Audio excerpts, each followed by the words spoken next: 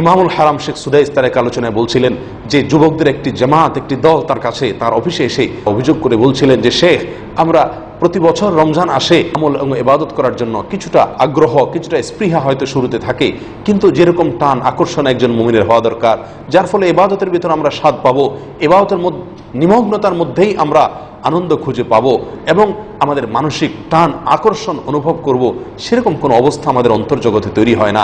গতানুগতিক কিছু কাজ করে আমরা রমজানকে শেষ করে ফেলি। নিজের অন্তর সাক্ষ্য দেয় না যে এই রমজানে আমি আল্লাহ সুবহানাহু ওয়া তাআলার কাছ থেকে ক্ষমা পেয়েছি, আমি এই রমজানে আল্লাহ সুবহানাহু ওয়া তাআলার রহমতের অধিকারী হয়েছি। এরকম কোনো অবস্থা অন্তর্জগতে হয়েছে, এরকম কোনো আমল আমি করেছি, সেরকম কোনো আস্থা, আত্মবিশ্বাস নিজের প্রতি নিজে কোনোভাবেই তৈরি হয় না, সেরকম আমল করার সুযোগ আমাদের হয় না। এর কারণ কি? আমরা তো ভালো কিছু করতে চাই, কিন্তু কেন যেন তৌফিক হয়ে ওঠে না। প্রিয় বন্ধুগণ, শেখ সুদাইস হাফিজাহুল্লাহ তাদেরকে লক্ষ্য করে বলছিলেন, আমার ভাইয়েরা, তোমাদের যে সমস্যাটি আমার মনে হচ্ছে সেটি হলো একটি মাত্র সমস্যা, সেটা হলো তোমাদের অপরাধসমূহ। আমরা রমজান মাসে আল্লাহ সুবহানাহু ওয়া তাআলার নৈকট্য অর্জন করা, রমজান মাসে নেক আমল করার যে প্রয়োজনীয়তা, সেটা হয়তো আঁচ করতে পারি, উপলব্ধি করতে পারি, কিন্তু সে তৌফিক আমরা পাই না। আর এই তৌফিক না পাওয়ার সবচেয়ে বড় কারণ হলো আল্লাহ সুবহানাহু ওয়া তাআলার রহমত থেকে আমরা অনেক দূরে সরে আছি।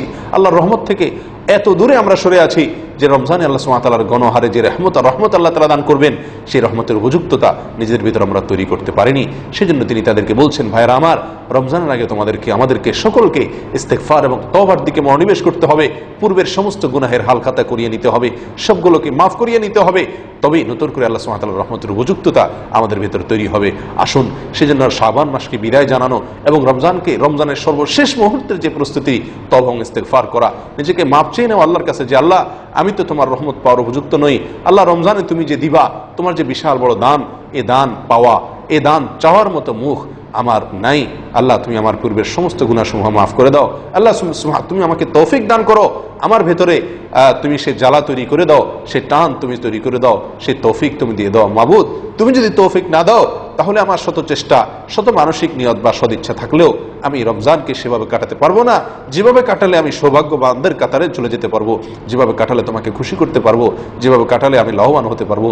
এই রমজান আমাকে পরিবর্তন করে দিবে, এই রমজান আমাকে তোমার রহমত পাইয়ে দিবে। মাবুদ, সেরকম রমজান পাওয়ার জন্য আমার যে অপরাধসমূহ বাধা হয়ে দাঁড়িয়ে আছে, বাধার প্রাচীর হয়ে দাঁড়িয়ে আছে, আল্লাহ, সেগুলোকে তুমি মাফ করে দাও। আমি কথা দিচ্ছি, নতুন করে জীবন গড়বো। আল্লাহ, পহেলা রমজান থেকে আমার নতুন জীবন শুরু হবে।